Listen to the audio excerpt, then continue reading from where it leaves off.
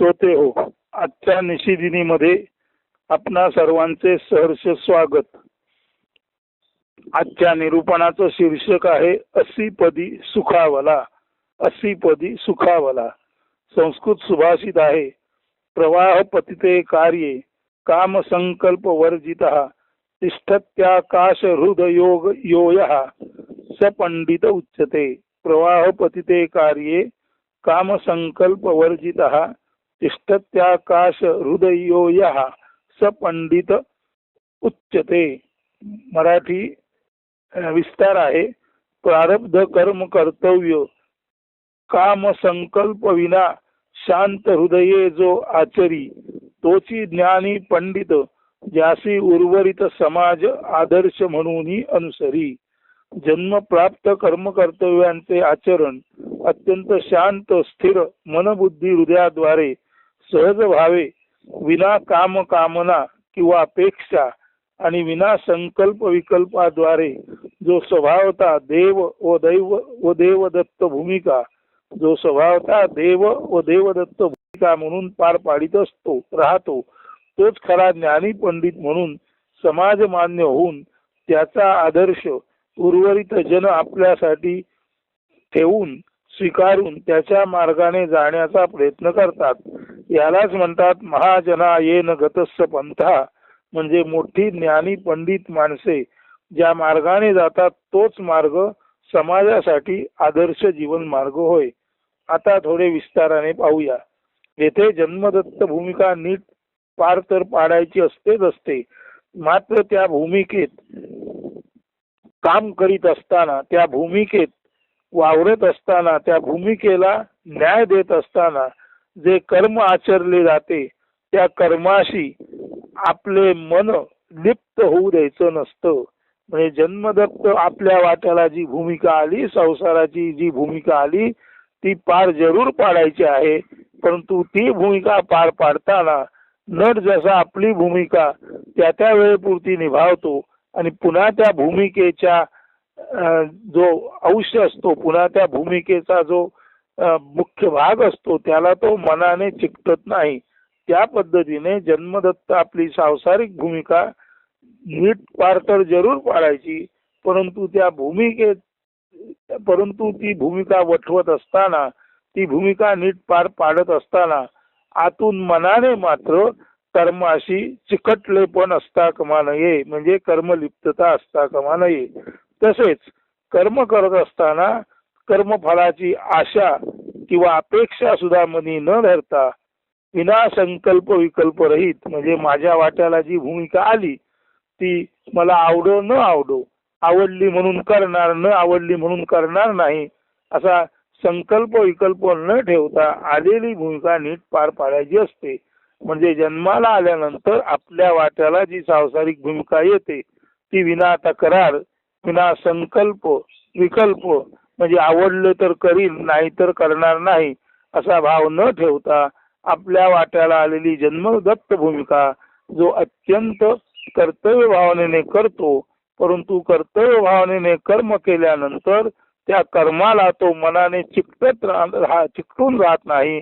म्हणून कर्मापासून ज्याचं मन अलिप्त असतं आणि इतकं करूनही कर्माच्या फळाची जो अपेक्षा ठेवत नाही असा जो निष्काम कर्मयोगी असतो तोच जन्माला आलेली भूमिका नीट पार पाडून संकल्प विकल्प मनात न ठेवता, कर्माशी लिप्त न राहता, कर्मफळाची आशा अपेक्षा न धरता जीवन जगत असतो. आणि अशा जीवन जगणाऱ्या माणसालाच खऱ्या अर्थाने निष्काम कर्मयोग म्हणतात, तो साधलेला असतो. आणि असा निष्काम कर्मयोग ज्याला साधतो असा जो कोण असतो त्याला पंडित म्हणतात. असे पंडित महाजनो येन गतस्स पंथः किंवा महाजना येन गतस्स पंथः किंवा महाजनो येन गतस्स पंथः. म्हणजे महान ज्ञानी पंडित माणसं ज्या मार्गाने जातात तोच खरा पंथ, तोच खरा मार्ग जीवनात समाज आणि समाजातील अन्य माणसे अनुसरत असतात.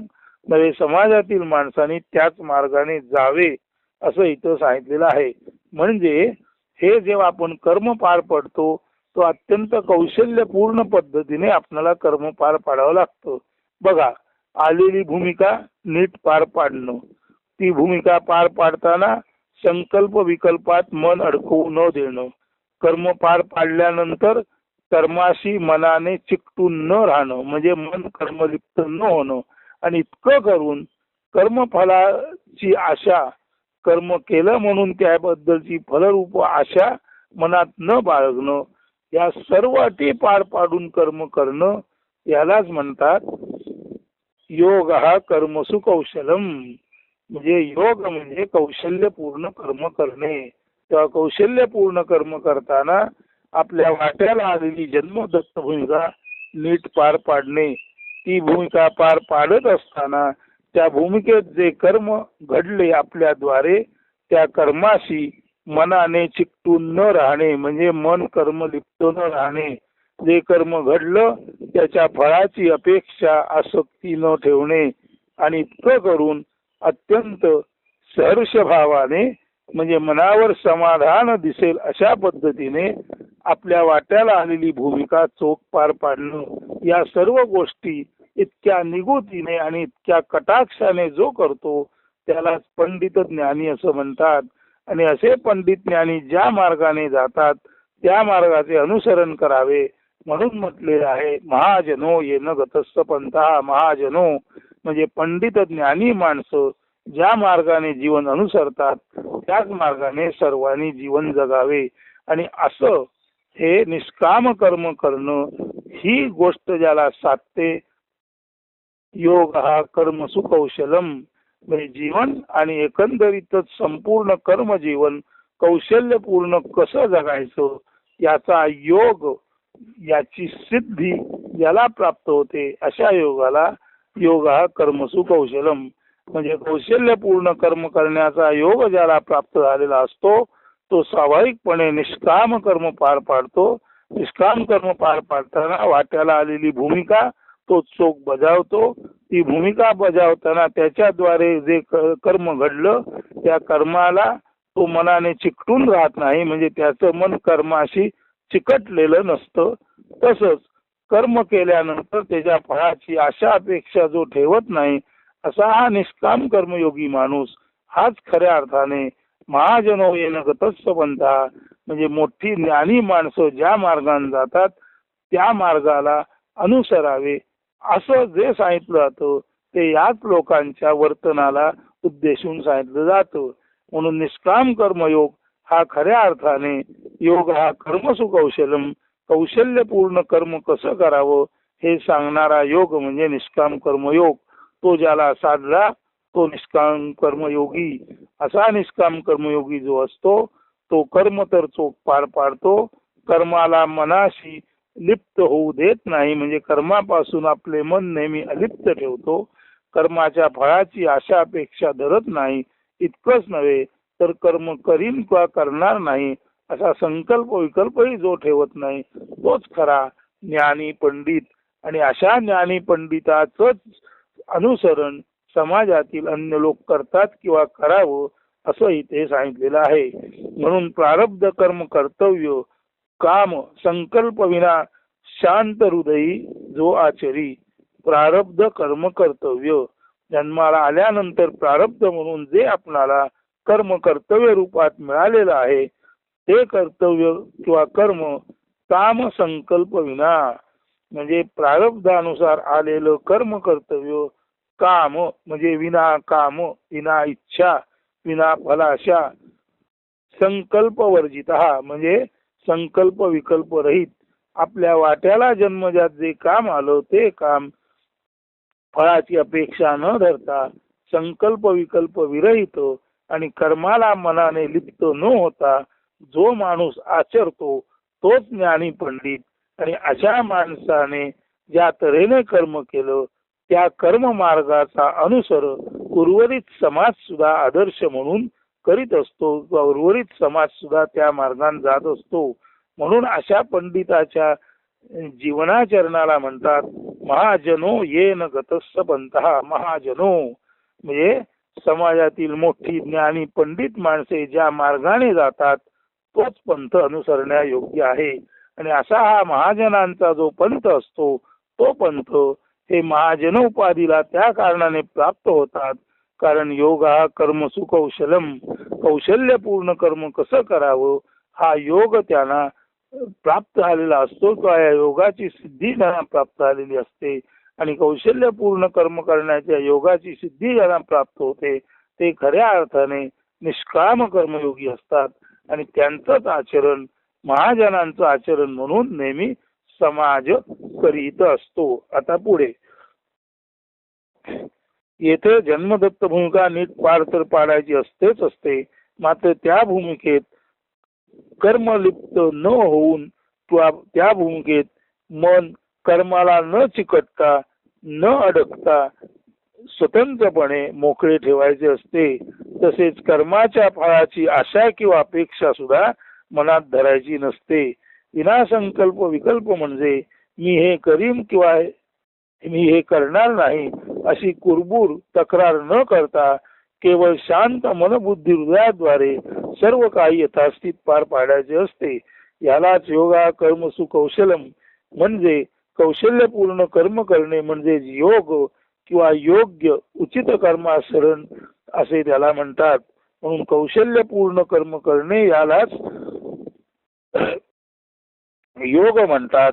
आणि कौशल्यपूर्ण कर्म करताना विनासंकल्प विकल्प कर्म चोख पार पाडणे, कर्मफलाची अपेक्षा न धरणे आणि कर्माशी मन लिप्त न होऊ देणे या सर्व गोष्टी यथास्थित पार पाडाव्या लागतात.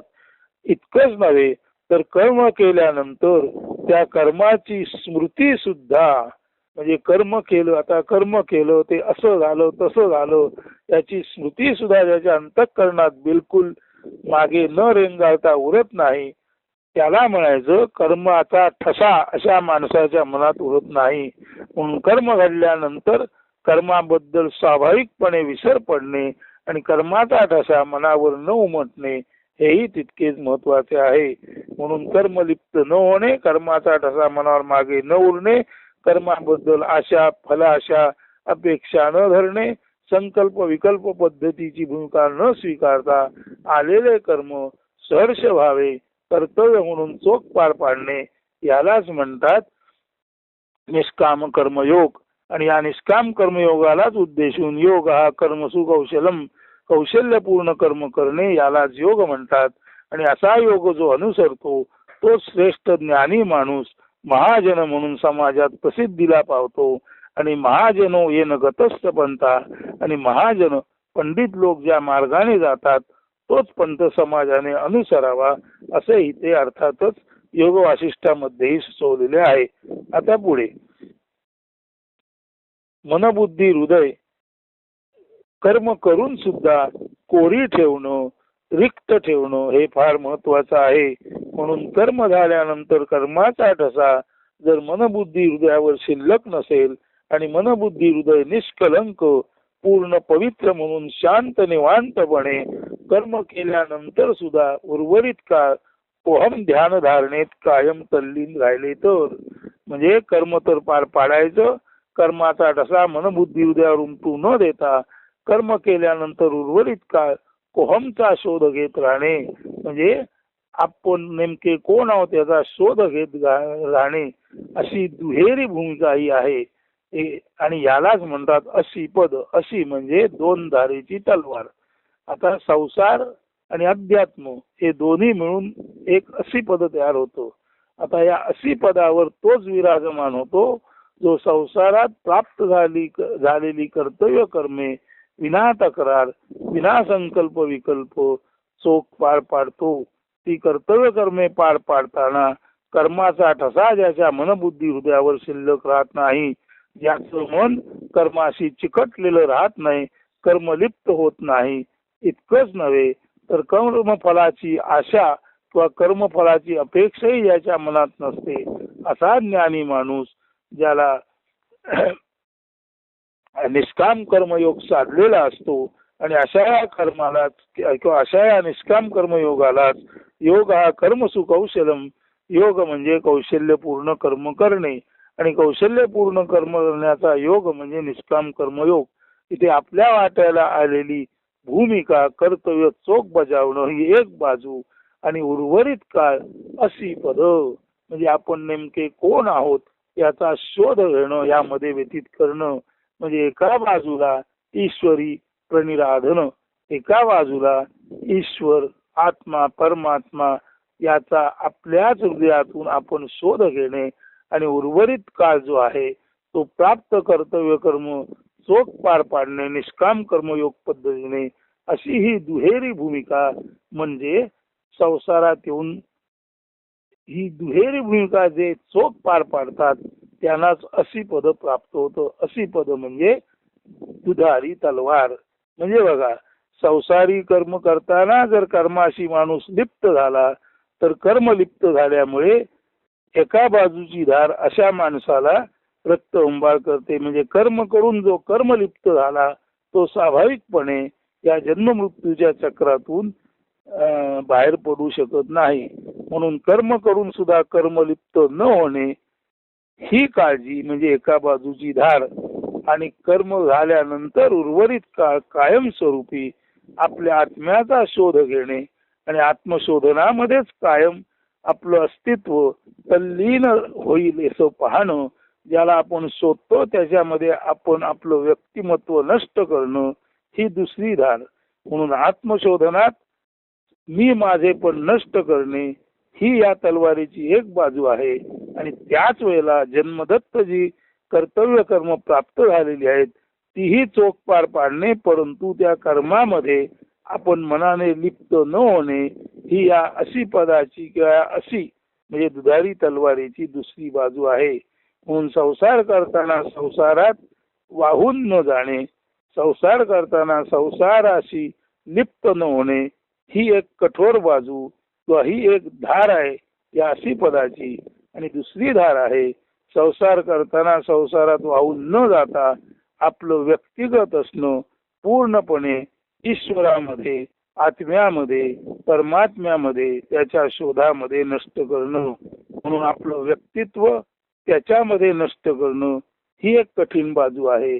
आणि हे केल्यानंतर जेव्हा आपण जागे असतो तेव्हा आपली कर्तव्य सुद्धा चोख पार पाडणं आणि तिथेही फलाशा न ठेवता विनासंकल्प विकल्प, आणि इतकंच नव्हे तर कर्माचा ठसा आपल्या मनबुद्धी हृदयात शिल्लक राहणार नाही आणि आपलं मनबुद्धी हृदय कोर निष्कलंक राहील ही दुसरी बाजू आहे.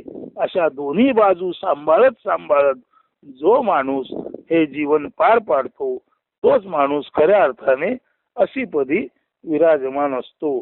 म्हणून तत्वशोध हे मुख्य कार्य किंवा जीवन ध्येय स्वीकारून ते सातत्याने निगुतीने म्हणजे शांत दक्ष भावाने आणि काळजीपूर्वक पार पाडणे, मात्र तरीही सांसारिक कर्तव्य कर्मे सुद्धा अत्यंत निपुणतेने निष्काम कर्मयोगाद्वारे पार पाडणे.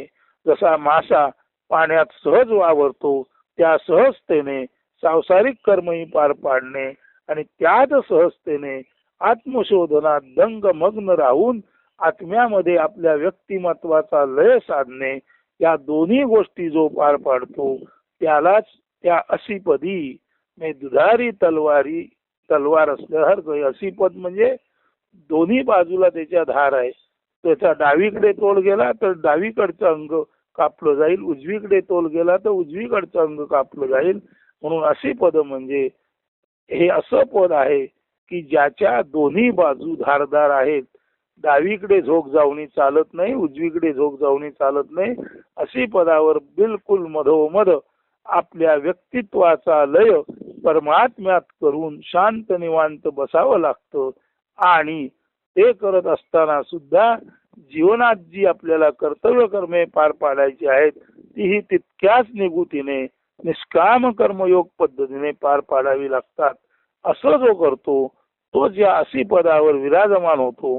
आणि असा जो अशी पदावर विराजमान झाला त्याला नाही कोणता खेद खंत काळजी, त्याला नाही कुठली व्यथा पीडा, त्याला नाही आधिव्याधी, त्याला नाही खेदकंत, त्याला नाही सुख दुःख, त्याला नाही हर्षामर्ष. तो केवळ अगदी बरोबर मधोमध त्या अशी पदावर शांत निवांतपणे आपल्या असणेपणाचा लोप वैश्विक असणेपणात करून जीवन जगत असतो. आणि असं जीवन जो जगतो तोच खराखुरा असीपदी सुखावतो. म्हणून यालाच म्हणतात असीपद सांभाळणे. असी म्हणजे दुधारी तलवार.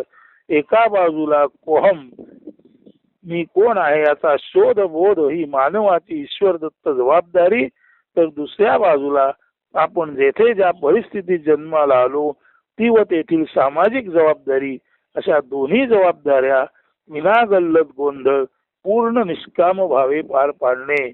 थोडक्यात असीपद सांभाळणे म्हणजे एका बाजूला ओहमचा शोधबोध घेता घेता आपलं व्यक्तिमत्व ईश्वरी व्यक्तिमत्वात नष्ट करणं, तर दुसऱ्या बाजूला आपण जेथे ज्या परिस्थितीत जन्माला आलो ती व तेथील सामाजिक जबाबदारी, अशा दोन्ही जबाबदाऱ्या विनागल्लत गोंधळ पूर्ण निष्काम व्हावे पार पाडणे. अशा दोन्ही जबाबदाऱ्या जो नीट पार पाडतो तोच या असीपदी, जे अत्यंत तीक्ष्ण आहे, दोन्ही बाजूला जे तीक्ष्ण आहे, कुठेही तोल गेला तरी धोका आहे, अशा या असीपदी तोच मधोमध शांतपणे निवांतपणे बसू शकतो, जो कोहमचा शोधही घेतो आणि त्याच वेळेला सांसारिक जबाबदाऱ्या सुद्धा निष्काम योगाने पार पाडतो. अशा अर्थाने असीपदी सुखावणे म्हणजे काय, याचं एक काव्य ताबडतोबीने प्रसवलेलं आहे, ते तुम्हाला वाचून दाखवतो, त्याचा अर्थ सांगतो आणि आजचं निरूपण असीपदी सुखावला त्यानंतर संपन्न होईल. असीपदी सुखावला. आता काव्य ऐका. आम्ही असीपदी सुखे विराजमान, सत्य शोधयेची आमुच्या जीवीचे जीवन. जो असीपदी सुखाने विराजमान असतो त्याच्या जीवनाचं ध्येय सत्याचा शोध, सत्य की खोज हेच अशा माणसाच्या जीवनाचे किंवा जीवनाचे ध्येय असते, किंवा हेच अशा माणसाच्या जीवीचे जीवन असते. म्हणजे असा माणूस जिवंत केवळ याच गोष्टीसाठी राहतो.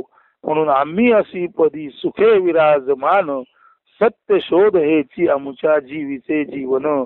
आमच्या जीवनामध्ये जे खरं जिवंतपण असणं आहे ते केवळ सत्य शोधासाठीच आहे.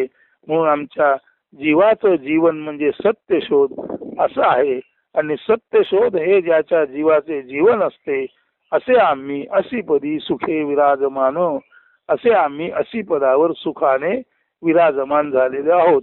आम्ही असीपदी सुखे विराजमान, सत्य शोध हेची आमच्या जीवीचे जीवन. देव भगवंत ईश परमेश, आत्मा परमात्मा मूळ आदी पुरुष. आणि सत्य शोधताना ज्याला देव म्हणतात, भगवंत म्हणतात, ईश म्हणतात, परमेश्वर म्हणतात, आत्मा म्हणतात, परमात्मा म्हणतात, ते दुसरं तिसरं काही नसून देव भगवंत ईश परमेश आत्मा परमात्मा मूळ आदी पुरुष. म्हणजे सर्व अस्तित्वाच्या मुळाशी जो आदी पुरुष आहे त्यालाच कोण देव म्हणतो, कोण भगवंत म्हणतो, कोण ईश म्हणतो, कोण परमेश म्हणतो, कोण आत्मा म्हणतो, कोण परमात्मा म्हणतो, हे आम्हाला आता नीट समजून चुकलेले आहे. आता त्याचा शोध घेता उरे तोची एकल, मी माझे मुरे नुरे पुरे केवळ तोची सकल. तर देव भगवंत ईश परमेश आत्मा परमात्मा किंवा मूळ आदी पुरुषाचा शोध घेता घेता, त्याचा शोध घेता उरे तोची एकल, त्याचा शोध घेता येता तो एकटाच उरला, मी माझे मुरे नुरे. आणि जो शोध घेतो त्याचं मी माझे पण मुरे म्हणजे मुरलं, आणि नुरे म्हणजे मुरून नष्ट आलं. म्हणून जेव्हा मी माझे पण आपल्या अस्तित्वामध्ये मुरते आणि मी माझे पण वेगळेपणी शिल्लक राहत नाही म्हणजे नुरे न उरे. म्हणून मी माझे पण मुरले आणि न उरे म्हणजे नुरले. म्हणून मुळाचा शोध घेता घेता शोध घेणाऱ्याचं मी माझे पण हळूहळू कमी कमी कमी होत जाते आणि शेवटी पूर्णपणे नसते, आणि उरे केवळ तोची सकल. आणि ज्याचा शोध घ्यायचा तोच शिल्लक राहतो. म्हणजे देवाचा शोध घेता घेता देव उरला, मी माझे सरतेपणी सरला. मी माझे म्हणणारा जो आहे तो सरत सरत सरला नष्ट आला आणि देव उरला. म्हणून त्याचा शोध घेता उरे तोची एक एकल, त्याचा शोध घेता येता तो एकटाच उरला, मी माझे मुरे नुरे उरे केवळ तोची सकल. सर्वत्र केवळ तोच उरला, मी माझा असा व्यक्तिभाव पूर्णपणे नष्ट आला. पुढे देव नाही ऐसी जागा नसे रिक्त, देव साधक पूज्य पूजक सर्व अनन्यत्वे भक्त. देव नाही अशी जागाच इथे अस्तित्वात नाही. देव आणि साधक, पूज्य आणि पूजक हे एकच केवळ अनन्यत्वे भक्त, केवळ एक आणि एक भक्त म्हणून उरले.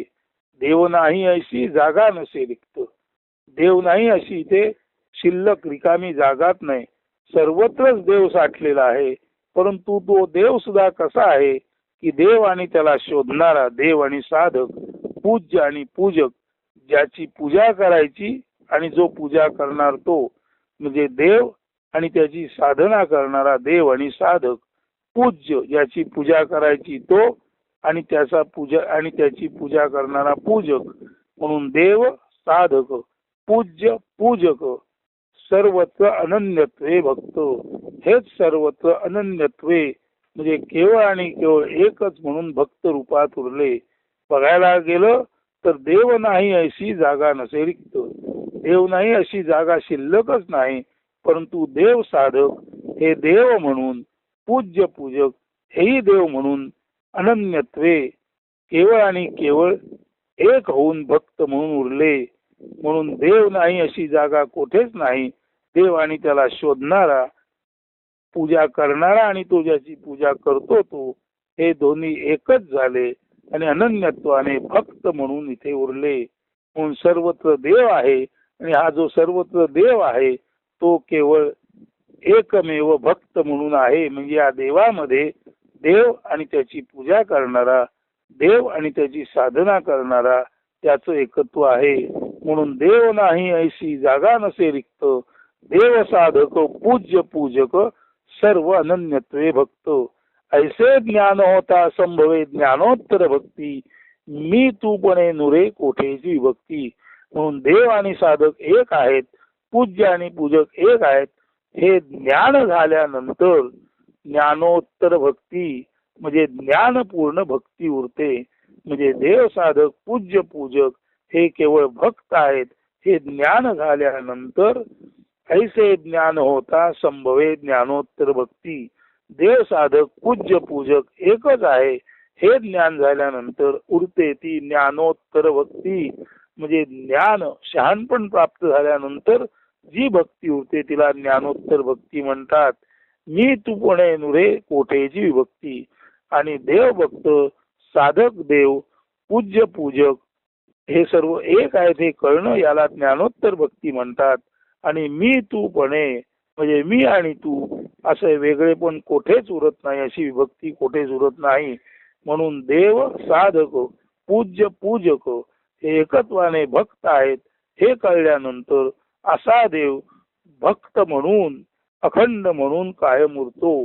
ही ज्ञानोत्तर भक्ती त्याचं ज्ञान झाल्यानंतर मी तूपणे नुरे कोठेची विभक्ती. मी आणि तू अशा तऱ्हेची विभक्ती, वेगळेपण कोठेच उरत नाही. ऐशा भक्ती दंग राहू देवासी आळू. म्हणजे देव आणि साधक, पूज्य आणि पूजक एकच आहेत. अशा ऐशा भक्ती दंग राहू देवासी आळू. अशा भक्तीत दंग राहून देवाला आळवू, देवाची आराधना करू, देवाची प्रार्थना करू. आणि असं झालं की धर्म अर्थ काम कर्तव्य देवच मिळवू. म्हणून ज्ञानोत्तर भक्ती झाल्यानंतर देव, साधक, पूज्य, पूजक असं काही उरतच नाही. अशी ज्ञानोत्तर भक्ती झाल्यानंतर देव हा देव म्हणून नव्हे तर देव हा देव आणि साधक यांचं एकत्व म्हणून, देव हा पूज्य आणि पूजक यांचं एकत्व म्हणून, भक्त म्हणून अखंडत्वाने एक आणि एकच, अनन्यत्वाने एकमेव द्वितीयम नास्ती असा उरतो. अशा या ज्ञानोत्तर भक्तीत दंग राहून जेव्हा देवाची आळवणी होते तेव्हा धर्म अर्थ काम कर्तव्य, तेव्हा ही संसारातील सर्व धर्म अर्थ काम ही कर्तव्य जी असतात त्या कर्तव्यामध्ये देवच मिळवू. म्हणजे असं एकदा झालं की सांसारिक कर्म आणि आध्यात्मिक कर्म ही वेगवेगळी राहत नाहीत. सांसारिक भूमिका आणि आध्यात्मिक भूमिका या दोन्ही मिळून एकच दिव्यत्वाची अखंड भक्त भूमिका तयार होते. अशा तऱ्हेने धर्म अर्थ काम कर्तव्य आणि देव हे जेव्हा एक होतात तेव्हाच ती अनन्य भक्ती, ज्ञानोत्तर भक्ती होते, प्राप्त होते. आणि अशा ज्ञानोत्तर भक्तीमध्ये जो दंग झाला त्याच्यासाठी संसार वेगळा नाही, त्याच्यासाठी देव वेगळा नाही. संसार आणि संसार ज्याने जन्माला घातला तो आणि संसार करणारा म्हणजे संसार जन्माला घालणारा परमेश्वर, त्याचा पसारा म्हणजे संसार आणि तो सांभाळणारा माणूस, अशी आता त्रिपुटी राहत नाही. तर संसाराचा निर्माता संसार आणि संसार पार पाडणारा मानव या तिन्ही गोष्टी एकच होतात. आणि अशा वेळेला धर्म अर्थ काम कर्तव्य देवच मिळवू म्हणून ज्ञानोत्तर भक्तीमध्ये प्रथम देव साधक पूज्य पूजक एक होतात आणि ही ज्ञानोत्तर भक्ती पुढे आणखी प्रकर्षित होते आणि सांसारिक आणि आध्यात्मिक दोन्ही कर्मे केवळ ईश्वरी कर्तव्य म्हणून पार पाडली जातात. यालाच म्हटलेले आहे, ऐशा भक्ती धंग राहू देवासी आळवू धर्म अर्थ काम कर्तव्य देवच मिळवू. धर्म अर्थ काम हे पुरुषार्थ असोत किंवा ही कर्तव्य असोत, त्या कर्तव्यामध्ये आम्ही देवच पाहू. म्हणजे संसार आणि अध्यात्म दुसरीकडे केवळ देवच पाहणं ही सुद्धा ज्ञानोत्तर भक्तीच आहे. सर्वत्र आता देव उभा ठाकला. आता सर्वत्र केवळ आणि केवळ देवच भक्तत्वाने अखंडत्वाने उभा आहे. जाणी हे जो तोची अशी पदी सुगावला. सर्वत्र केवळ आणि केवळ देवच दिव्यत्व ब्रह्म प्रकाशच भक्तत्वाने अनन्यत्वाने उभा ठाकलेला आहे. हे जो जाणतो तोची अशी पदी सुखावला. तोच या अति महान अशा ब्रह्मपदावर अशी पदावर विराजमान होऊन तोच खऱ्या अर्थाने पूर्ण सुखी होतो. म्हणून अशी पदी सुखावला हे जे काव्य आहे ते काव्य किंवा हे शीर्षकच आजच्या निरूपणाचं शीर्षक आहे. त्याचा अर्थ सांगून झाला. आता हे काव्य स्वच्छ सुंदर वाचतो आणि त्यानंतर निरूपण संपन्न करतो. आम्ही अशी पदी सुखे विराजमान सत्य शोध हेची अमुच्या जीवीचे जीवन. देव भगवंत ईश परमेश आत्मा परमात्मा मूळ आदी पुरुष. त्याचा शोध घेता उरे तोची एकल. मी माझे मुरे नुरे उरे केवळ तोची सकल. देव नाही ऐसी जागा नसे रिक्त. देव साधक पूज्य पूजक सर्व अनन्यत्वे भक्त. ऐसे ज्ञान होता संभवे ज्ञानोत्तर भक्ती. मी तूपणे नुरे कोठेची विभक्ती. ऐशा भक्ती दंग राहू देवासी आळवू. धर्म अर्थ काम कर्तव्य देवच मिळवू. सर्वत्र आता देव उभा ठाकला. जाणी हे जो तोची अशी पदी सुखावला. हे सर्वत्र देवच आहे हे जो जाणतो तोच अशी पदावर जाऊन सुखासीन होतो, सुखरूप होतो, सुखपूर्ण होतो. म्हणून अशी पदी सुखावाला हे आजचे निरूपण या काव्य स्पष्टीकरणानंतर येथे संपन्न होत आहे. धन्यवाद अस्तु. सुदिन सुप्रभात.